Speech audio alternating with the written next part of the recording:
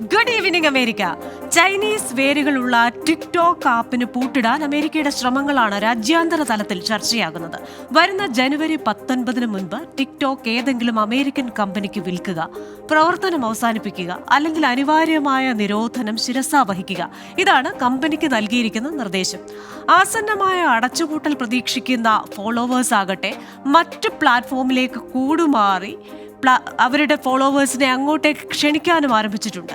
Federal കോടതി ശരിവെച്ച Biden ഭരണകൂടത്തിന്റെ തീരുമാനത്തെ ചോദ്യം ചെയ്ത് സുപ്രീം കോടതിയിൽ അഭയം പ്രാപിച്ചിരിക്കുകയാണ് ടിക്ടോക്ക്. കഥ അവിടെ വരെ എത്തി നിൽക്കുകയാണ്.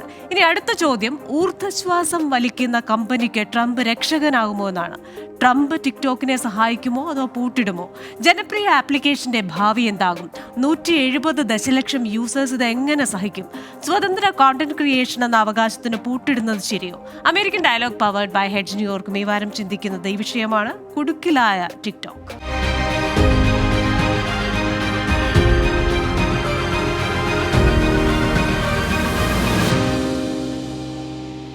ഇന്നത്തെ എന്റെ അതിഥികൾ: റിപ്പബ്ലിക്കൻ പാർട്ടി അനുഭാവിയും ഫിലിം മേക്കറും നിക്ഷേപകനുമായ Tom George Kolath, social media ഇൻഫ്ലുവൻസറായ Priya Wesley, lifestyle vlogger Jyothish Sasidharan എന്നിവരാണ്. എല്ലാ പ്രിയപ്പെട്ട പ്രേക്ഷകർക്കും എല്ലാ അതിഥികൾക്കും American dialogue powered by Hedge ന്യൂയോർക്കിലേക്ക് ഒരിക്കൽ കൂടി സ്വാഗതം. അതിഥികളിലേക്കാണ് ആദ്യം ശ്രീ ടോം ജോർജ് കൊല്ലത്തിലേക്കാണ്. ശ്രീ ടോം ജോർജ്, നമുക്കറിയാം freedom of speech and expression എന്ന് പറയുന്നത് എല്ലാ ജനാധിപത്യ രാജ്യങ്ങളും വളരെയധികം വാല്യൂ ചെയ്യുന്ന ഒരു കാര്യമാണ്. പക്ഷേ അമേരിക്ക പോലെ ഇത്രയും ജനാധിപത്യപരമായ കാര്യങ്ങൾ ചെയ്യുന്ന, പ്രൊഫഷണലായി കാര്യങ്ങൾ ചെയ്യുന്ന ഒരു രാജ്യത്ത് ഇങ്ങനെ ഒരു കോണ്ടന്റ് ക്രിയേഷൻ പ്ലാറ്റ്ഫോമിന് പൂട്ടിടാനുള്ള ഒരു ശ്രമം, അതെന്ന് പറയുന്നത് ഒരു കോൺസ്റ്റിറ്റ്യൂഷണൽ റൈറ്റിന് എഗെയിൻസ്റ്റ് അല്ലേ? മറ്റൊന്ന്, ഈ പറയുന്നത് പോലെ ഇതിലൊരു ക്ലാരിറ്റി കൂടി വേണമല്ലോ. ഇതിലെ കോണ്ടന്റിനാണോ ബാൻ വരുന്നത് അതോ ഡേറ്റ പ്രൈവസിക്കാണോ ബാൻ വരുന്നത് എന്ന ചോദ്യം കൂടി വരുന്നുണ്ടല്ലോ. Thank you, Christina. First of all, I wanted to wish all the 24 audience a season's greetings. Merry Christmas. Thank you, same to you. No problem. TikTok എന്ന സോഷ്യൽ മീഡിയ പ്ലാറ്റ്ഫോം ചൈനയുടെ ഒരു spy platform ആയിട്ടാണ് പല കൺട്രികളും വിശ്വസിക്കുന്നത്, including India. ഇത് ജപ്പാന്റെ ഒരു platform ആയിരുന്നുവെങ്കിൽ president Trump ഒരിക്കലും ഇത് ബാൻ ചെയ്യില്ലായിരുന്നു. ഇപ്പൊ ചൈനയുടെ ലക്ഷ്യം എന്താണെന്ന് ചോദിച്ചാൽ ഡേറ്റ കളക്ഷൻ ആണ്. China is a threat to the world. അത് ഡയഗ്നോസ് ചെയ്യാൻ റോക്കറ്റ് സയൻസിന്റെ ഒന്നും ആവശ്യമില്ല. As you said, it is a constitutional rights, First Amendment Act. It is a violation how if we ban. However, it is applicable only to the American borders, American jurisdiction. ഞാൻ വിശ്വസിക്കുന്നത് national security is below the constitutional law.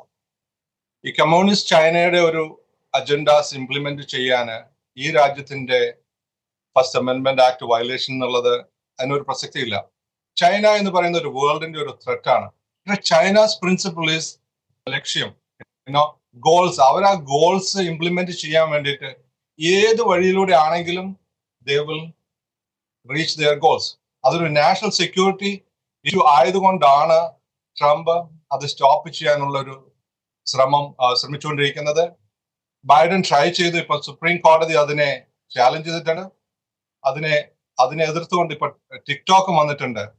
അവര് ഉദ്ദേശിക്കുന്നത് first amendment rights, freedom of expression ആണ് നിങ്ങൾ violate ചെയ്യുന്നതെന്നാണ് challenge ചെയ്യുന്നത്. നമുക്കൊരു കാര്യം മനസ്സിലാക്കുകയാണെങ്കിൽ this is a clear truth. ഈ ചൈനയുടെ സൺ ഇൻ ലോ ആണ് ഫേസ്ബുക്ക് അല്ലെങ്കിൽ മെറ്റ. ചൈനയുടെ ഒരു ചൈനീസ് ലേഡീനെയാണ് മാർക്ക് സക്കർബർഗ് കല്യാണം കഴിച്ചിരിക്കുന്നത്. അദ്ദേഹത്തിന് പോലും ചൈനയിൽ ഫേസ്ബുക്ക് ഇംപ്ലിമെന്റ് ചെയ്യാൻ പറ്റിയിട്ടില്ല. ഗൂഗിൾ, ദ ജയന്റ്, ഗൂഗിളിന് പോലും ചൈനയിൽ സ്ഥാനമില്ല. യൂസ് ചെയ്യുന്ന ജിമെയിൽസ് അവർ ഒരിക്കലും യൂസ് ചെയ്യാറില്ല. അവർ യൂസ് ചെയ്യുന്ന ക്യൂ മെയിൽ, അതുപോലെ തന്നെ യാഹൂ മെയിലും മാത്രമാണ് യൂസ് ചെയ്യുന്നത്. എനിക്ക് പല ക്ലയൻസും ഇവിടുന്ന് ന്യൂയോർക്കിൽ നിന്ന് ചൈനയിൽ പോയി കഴിഞ്ഞാൽ എനിക്ക് അവർ റീച്ച് ചെയ്യാൻ വളരെ ബുദ്ധിമുട്ടാണ്. കാരണം they don't use the Google Mail there. If China cannot use American companies, Facebook and Google, why should we honor TikTok? Data privacy എന്ന് പറയുന്നതും അല്ലെങ്കിൽ നാഷണൽ സെക്യൂരിറ്റി എന്ന് പറയുന്നതും വളരെ ഇമ്പോർട്ടന്റ് ആണ്. 2.7 ബില്യൺ ആൾക്കാരാണ് യൂട്യൂബ് യൂസ് ചെയ്യുന്നത്. ടിക്ടോക്ക് ആണെങ്കിൽ കൃഷ്ണ പറഞ്ഞ പോലെ 1.7 billion people. If China wanted to fascinate more people, they could definitely do many things. For YouTube, $20 on every 1,000 viewers in up to $20. TikTok ആണ് കൊടുക്കുന്നത് 7 cents മാത്രമാണ് 1,000 വ്യൂവേഴ്സിന് കൊടുക്കുന്നത്. ഇത് എങ്ങനെയാണ് ടീനേജേഴ്സിനെ കൂടുതൽ ഫാസിനേറ്റ് ചെയ്യുന്നത് നമ്മൾ നോക്കുകയാണെങ്കിൽ, they know how they can impress, how they can fascinate the teenagers. അതുകൊണ്ട് ഈ ടിക്ടോക്ക് ബാൻ ചെയ്യുന്നത് കൊണ്ട് it's a good and also bad. കാരണം ടിക്ടോക്ക് ഒരുപാട് ഇൻഫ്ലുവൻസ് ചെയ്യുന്നുണ്ട് ആൾക്കാരെ. ഒരുപാട് ജനങ്ങൾക്ക് നല്ല മെസ്സേജസ് കൊടുക്കാനും നല്ല ഫാസ്റ്റസ്റ്റ് ടെക്നിക്കൽ മീഡിയ ആണ് ടിക്ടോക്ക്, ഇൻസ്റ്റഗ്രാം, അതുപോലെ യൂട്യൂബ് മറ്റും.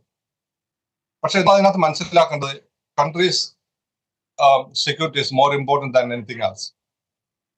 That's what I wanted to say on the first point. Okay, thank you.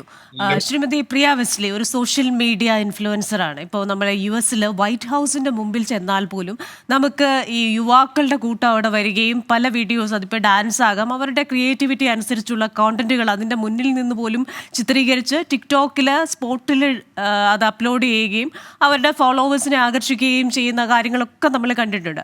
അപ്പോൾ being A social media influencer ഇതിനെ എങ്ങനെ നോക്കിക്കാണുന്നു?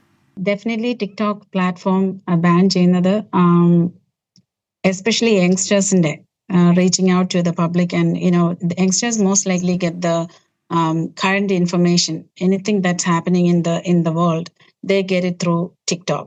Because even Trump administration ജയിച്ചു കഴിഞ്ഞപ്പോഴാണെങ്കിലും ട്രംപിന്റെ ഏറ്റവും whatever he speaks out of his mouth, everything comes first in TikTok. അതിനകത്തുനിന്നാണ് even എൻ്റെ പിള്ളേരാണെങ്കിൽ പോലും they used to tell me things.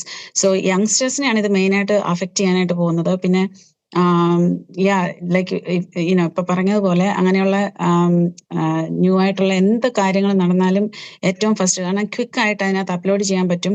Even 10 minutes വരെയുള്ള വീഡിയോസ് എഡിറ്റ് ചെയ്യാൻ പറ്റും. ഏറ്റവും ബെസ്റ്റ്, ഞാൻ ആ പ്ലാറ്റ്ഫോം യൂസ് ചെയ്യുന്നത് ഏറ്റവും എഡിറ്റിംഗ് ആപ്പായിട്ടാണ്. എനിക്ക് അതിനകത്ത് ഒരുപാട് ഫോളോവേഴ്സോ അല്ലെങ്കിൽ ഒരുപാട് നമ്മൾ അങ്ങോട്ട് ഫോളോ ചെയ്യുകയോ ഒന്നും ചെയ്യുന്നില്ല. I use it as a editing platform. It's very simple to use. നമ്മളിപ്പോൾ അത് ഡൗൺലോഡ് ചെയ്യുമ്പോൾ വാട്ടർമാർക്ക് പോലും അത് വരുന്നില്ല. So we don't even know, nobody will know that where we edited this particular video. So as a social media influencer, നമ്മളിപ്പം ടിക്ടോക്കിന്റെ watermark ഇല്ലാതെ ചെയ്യുന്നതുകൊണ്ട് nobody knows where we edited any videos. But information കിട്ടുന്നതും അല്ലെങ്കിൽ ഏറ്റവും quick ആയിട്ട് നമുക്ക് ഒരു news അറിയുന്നതിന് ടിക്ടോക്ക് പ്ലാറ്റ്ഫോം വളരെ അത് നമ്മൾ അഡ്മിറ്റ് ചെയ്തേ പറ്റൂ. പിന്നെ ഈ പറഞ്ഞ issues, data privacy, national security issues ഒക്കെ ഉണ്ടാകുമ്പം ഞാൻ ഒരു സ്ട്രോങ് റിപ്പബ്ലിക്കൻ ആണ്. ട്രംപിനെ പല കാര്യങ്ങളിലും സപ്പോർട്ട് ചെയ്യുന്നുമുണ്ട്. പിന്നെ ഇങ്ങനെയുള്ള കാര്യങ്ങൾ ഞാൻ എഗൻസ്റ്റ് ആണ്. ആ ഒരു കാര്യത്തിന് വേണ്ടിയിട്ട് ടിക്ടോക്ക് ബാൻ ചെയ്യുന്നതിന് എനിക്ക് അത്ര വലിയൊരു പ്രോബ്ലം ഇല്ല. So I'm speaking on behalf of Mallu Cafe Radio right now. Shibi, I'm speaking for her. As a radio platform, they could use that platform, TikTok platform. She used to upload so many videos, even the live videos that they do in the radio station. So, adinathodanengil information aanallo. This is all like passing of information or the news. So, aa oru karyathil TikTok ban cheynathu, it's going to actually affect. It's going to make a big impact on the public. But when you consider the other aspects, like nobody wants to breach the privacy of the data. ഇതൊരു Chinese ആപ്പാണ്, അത് controversy ഉണ്ട് അതിനകത്തെങ്കിൽ പോലും when you think about that perspective, I don't really mind if they do a ban on it. And അതിന് പകരം ഇപ്പൊ lemon എന്നൊക്കെ പറഞ്ഞ് വേറെ ആപ്പിലോട്ടൊക്കെ ഓട്ടോമാറ്റിക്കലി നമുക്ക് വീഡിയോസ് ട്രാൻസ്ഫർ ചെയ്യാമെന്നാണ് പറയുന്നത്. ഒരുപാട് ആൾക്കാർ അതിനെപ്പറ്റി കമന്റ് ചെയ്യുന്നതും പോസ്റ്റ് ചെയ്യുന്നതും ഒക്കെ ഞാൻ കണ്ടിട്ടുണ്ട്. I never tried that yet. But ഇതിന് പകരം ഇപ്പൊ റീൽസ് ഉണ്ട്.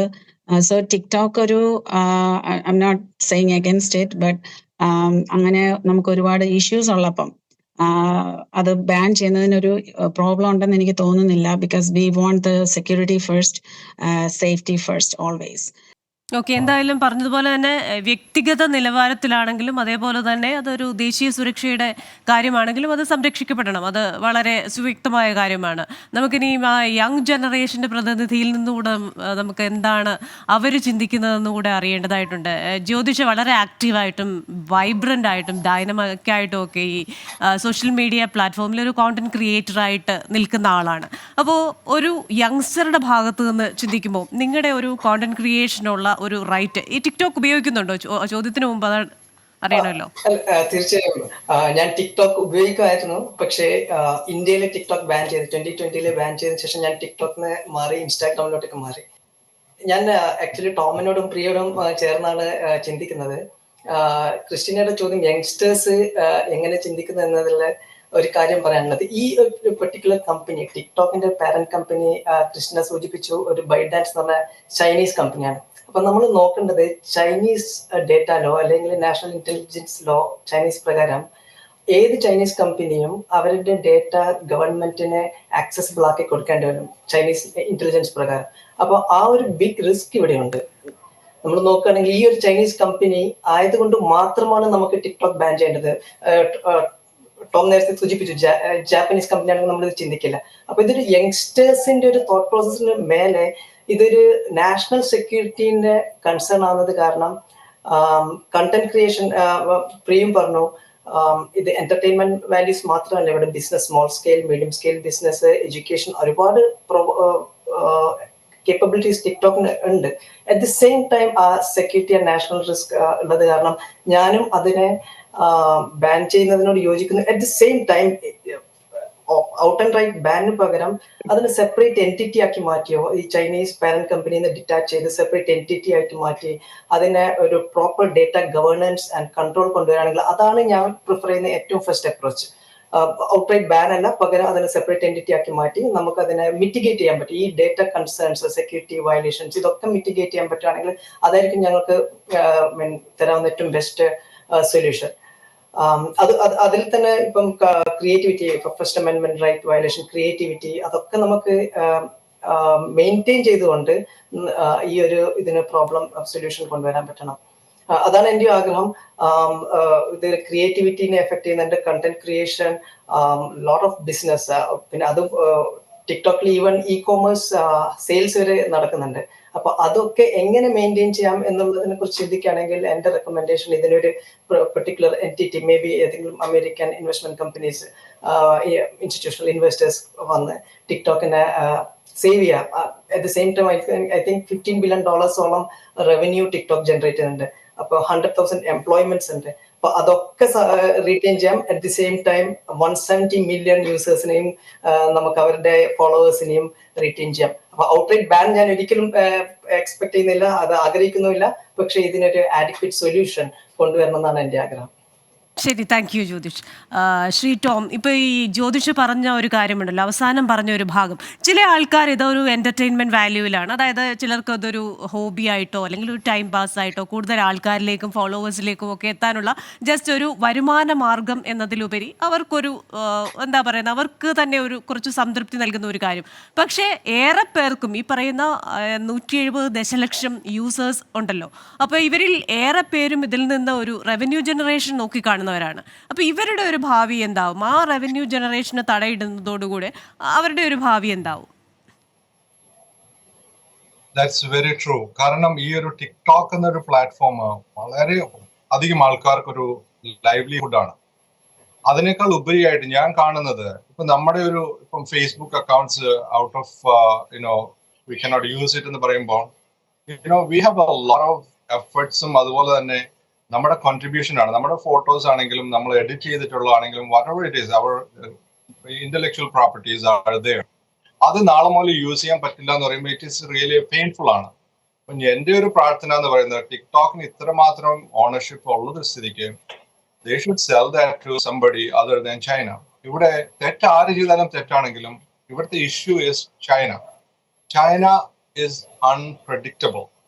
ഒരു കാര്യം നോക്കുക, ഈ താരിഫ് ഇഷ്യൂ ലാസ്റ്റ് ട്രംപിന്റെ ടെന്യൂറില് ചൈനയുമായിട്ട് ഒരു നെഗോസിയേഷൻ ഉണ്ടായിരുന്നു. ആ സമയത്ത് അവർ അതിന് വിട്ടുവീഴ്ചയ്ക്ക് വന്നില്ല.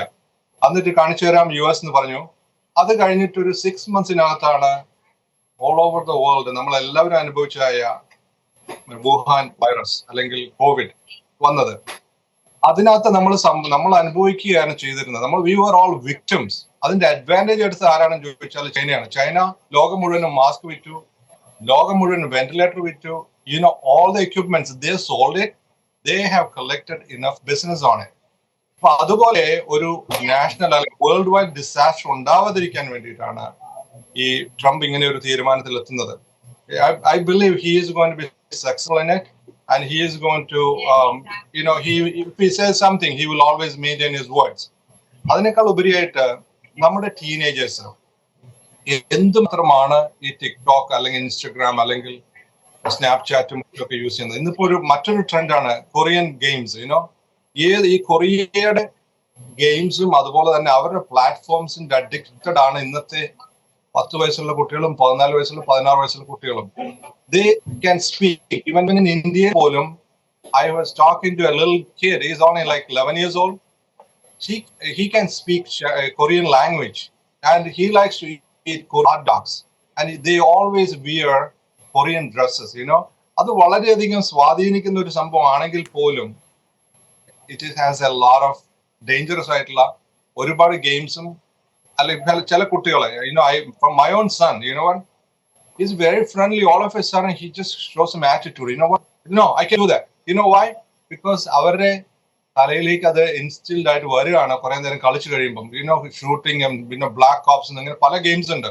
ഒരു സർട്ടൻ എക്സ്റ്റെന്റ് വരെ ഇവർ കളിച്ചിട്ട് ആരെങ്കിലും തോൽപ്പിക്കണം. അവര് തോറ്റിട്ടില്ലെങ്കിൽ you have to kill yourself. ഇതാണ് അതിന്റെ end game.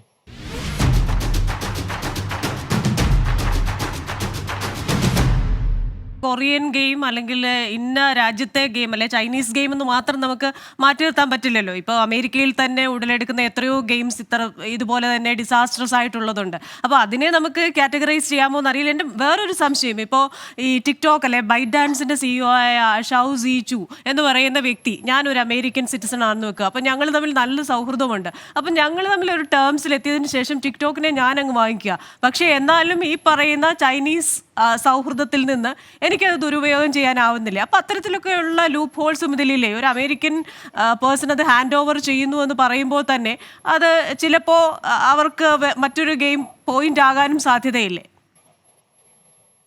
That is very true. കാരണം ഇപ്പോൾ ഇതൊരു സോഫ്റ്റ്വെയർ, ഈ ഒരു പ്ലാറ്റ്ഫോം ഇപ്പോൾ ഒരു അമേരിക്കൻ കമ്പനി വാങ്ങിക്കുകയാണെങ്കിൽ പോലും നമുക്ക് അതിനകത്ത് നമുക്കൊരു certain extent വരെ ഇവരെയൊക്കെ പ്രിസർവ് ചെയ്യാൻ പറ്റുള്ളൂ. കാരണം can use the same IP address, or say can use the same server in some other country. They can also use it.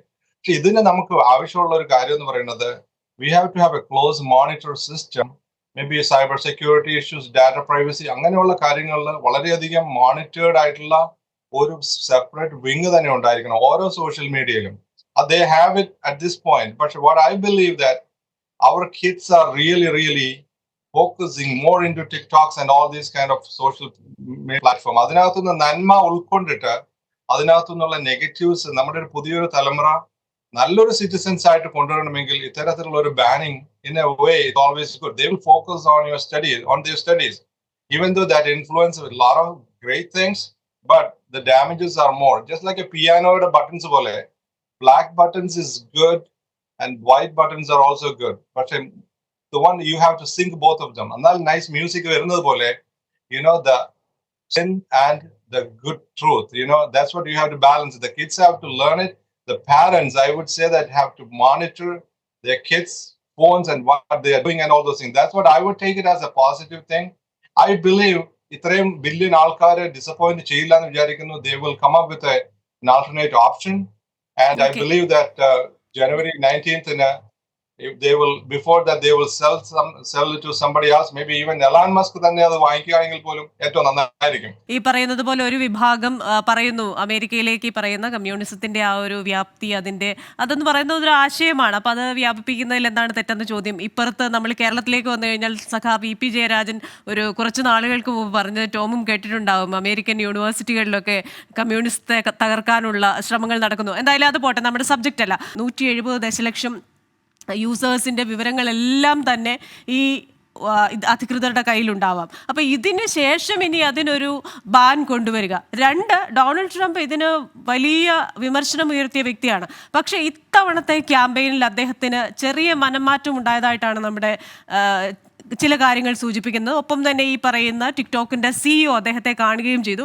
അപ്പോൾ അദ്ദേഹം ഭരണത്തിലേക്ക് വരുമ്പോൾ ഈ പൂട്ടിടുന്ന ആ ഒരു നടപടിക്ക് ഒരു അയവുണ്ടാകാൻ ഒരു സാധ്യതയുണ്ടോ?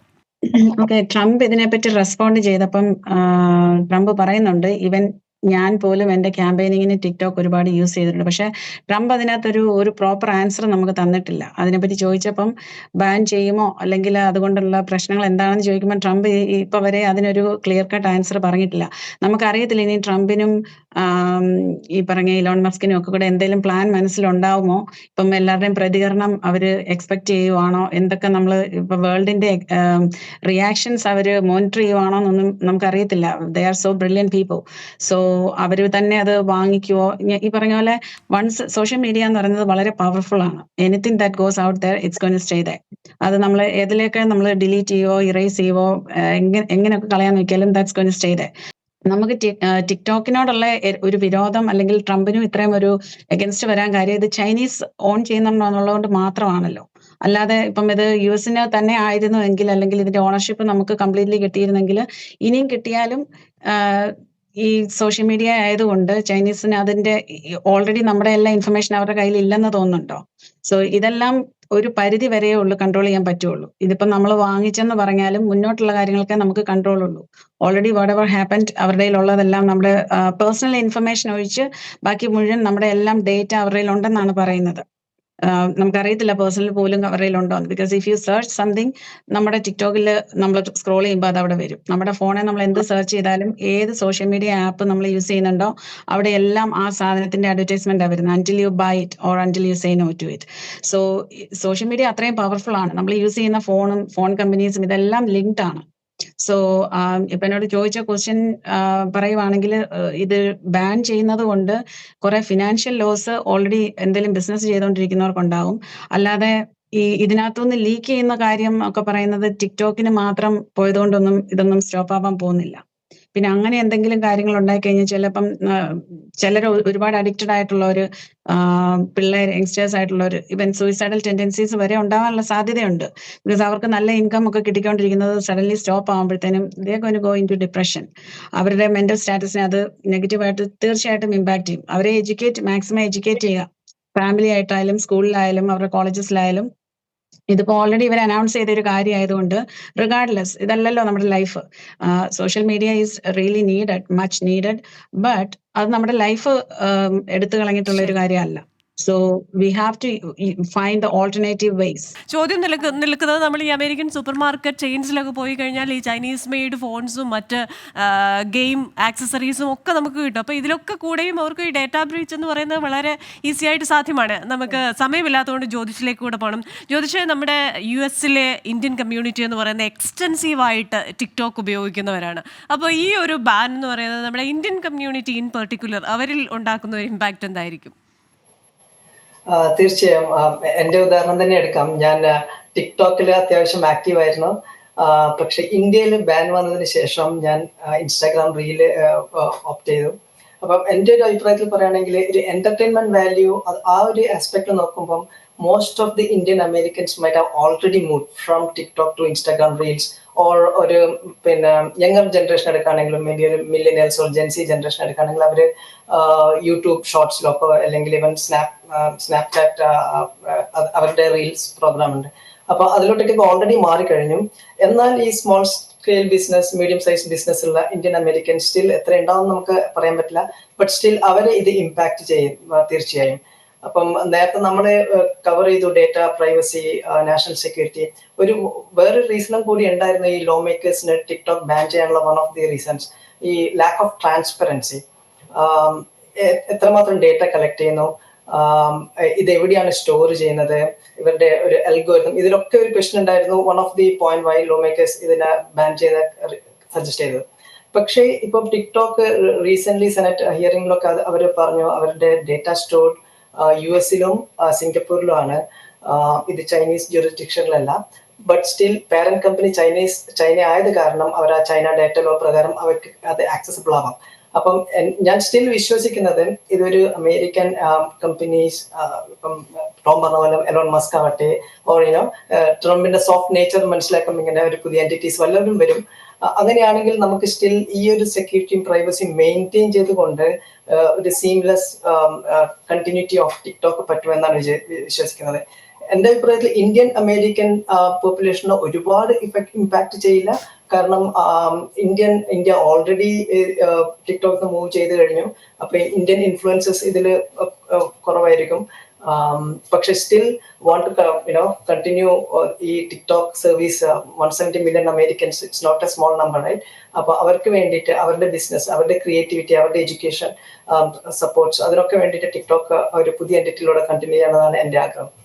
ശരി, താങ്ക് യു. എന്തായാലും നമുക്ക് ഒരു 2 ആഴ്ചയ്ക്കുള്ളിൽ 3 ആഴ്ചയ്ക്കുള്ളിലേക്ക് ഇതിൻ്റെ കൂടുതൽ വിശദാംശങ്ങൾ, യഥാർത്ഥത്തിൽ ടിക്ടോക്കിന് പൂട്ടിടപ്പെടുമോ അല്ലെങ്കിൽ ഒരു അമേരിക്കൻ സിറ്റിസൺ അത് വാങ്ങുമോ, ഇതൊക്കെ നോക്കി കാണേണ്ടിയിരിക്കുന്നു. വളരെ നന്ദി ഈ ചർച്ചയിൽ പങ്കെടുത്തതിന് ശ്രീ ടോം ജോർജ് കൊല്ലത്ത്, ശ്രീമതി പ്രിയ വെസ്ലി ആൻഡ് ശ്രീ ജ്യോതിഷ് ശശിധരൻ. അപ്പോൾ അമേരിക്കൻ ഡയലോഗിൻ്റെ ഇന്നത്തെ ഈ എപ്പിസോഡ് ഇവിടെ പൂർണ്ണമാവുകയാണ്. മറ്റൊരു വിഷയവുമായി അടുത്ത ആഴ്ച വീണ്ടും കാണാം. Till then stay safe.